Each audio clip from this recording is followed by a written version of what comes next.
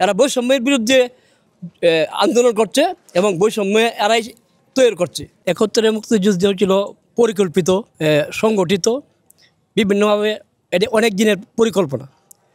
একটা বিদেশি জাতির সঙ্গে আমাদের স্বাধীনতাকে হরণ করেছে, তাদেরকে প্রতিহত করার জন্য, বিদায় করার জন্য একটা বৈষম্যের বিরুদ্ধে বিরাট একটা জাতির চ্যালেঞ্জ ছিল। কিন্তু ২৪-এর যোদ্ধাদের ভূমিকা এটা না, এটা একটা তাৎক্ষণিক ব্যাপার। তাৎক্ষণিকভাবে একটা আন্দোলন হয়েছে।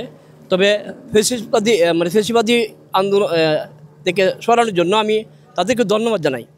কিন্তু তাই বলে একটা মুক্তিযুদ্ধের অধিকার এরা দখল করবে, এটার সাথে আমি একমত না। হ্যাঁ, তারা কোটা নিয়ে আন্দোলন করছে, আবার কোটা এরা ব্যবহার করতেছে। সাইদ সাহেবের আবু সাইদের বোন, তার মৃত্যুর কয়েকদিন পরেই অগ্রাধিকার ভিত্তিতে চাকরি হয়েছে। কিন্তু এটি কি কোটা না? এটা কি বৈষম্য না? এরা বৈষম্যের বিরুদ্ধে আন্দোলন করছে এবং বৈষম্য এরাই তৈরি করছে। আর এখন বিভিন্নভাবে জাতিকে প্রলোভিত করছে, জাতিকে ধ্বংস করার জন্য বিভিন্ন কলকৌশল ফিট করছে।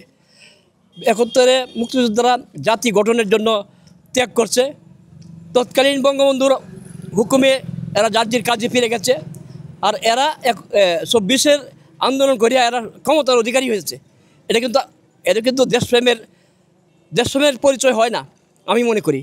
তো এই এরা দেশদ্রোহী মন নিয়ে দেশের বিভিন্ন জায়গায় সুবিধা ভোগ করবে, এটা আমি এটার পক্ষে না। আর বিশেষ করে ৭১-এর মুক্তিযোদ্ধাদের একটা কল্যাণ ট্রাস্ট আছে। এই কল্যাণ ট্রাস্টটা বঙ্গবন্ধুর দান। এই কল্যাণ ট্রাস্টের টাকা যে কোথায় যাবে, এটা হয়তো প্রজন্মের পর প্রজন্ম, মুক্তিযুদ্ধের প্রজন্ম মেনে নেবে আমার মনে হয় না। এতে আন্দোলন আরেকটা সৃষ্টি হবে।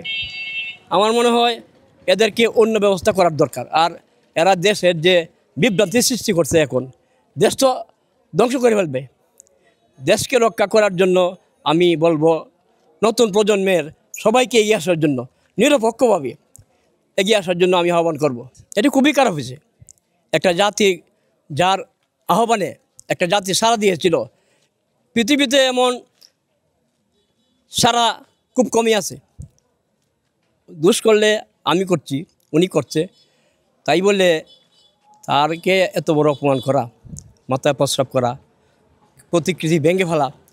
এবং আমার জানা মতে 7 জন বীরশ্রেষ্ঠর প্রতিকৃতি ওরা ভেঙে ফেলেছে। কিন্তু জাতি কিসের উপরে দাঁড়াবে? জাতির ফাউন্ডেশনটা কোথায়? একটা জাতির কিছুগুলো ফাউন্ডেশন আছে। এই ফাউন্ডেশনটি যদি না থাকে, জাতির পরিচয়টা কোথায়? আমি মনে করি এটা খুবই খারাপ হয়েছে। মতিউর রহমান বীরশ্রেষ্ঠ, সে একজন প্রকৃত দেশপ্রেমিক, তার বীরশ্রেষ্ঠ কিতাব থাকতেই পারে। এটা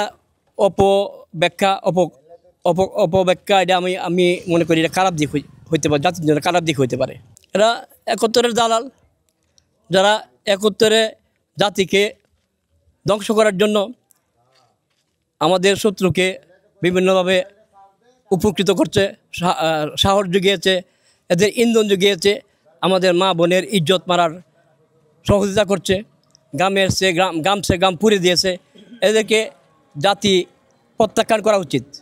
অবশ্যই আছে, এরাই জামাত যারা ৭১-এ এই দেশের বিরোধিতা করছে, মুক্তিযোদ্ধা পরিবারের বাড়ি পড়ছে, মুক্তিযোদ্ধা পরিবারের নির্যাতন করছে, এরাই জামাত।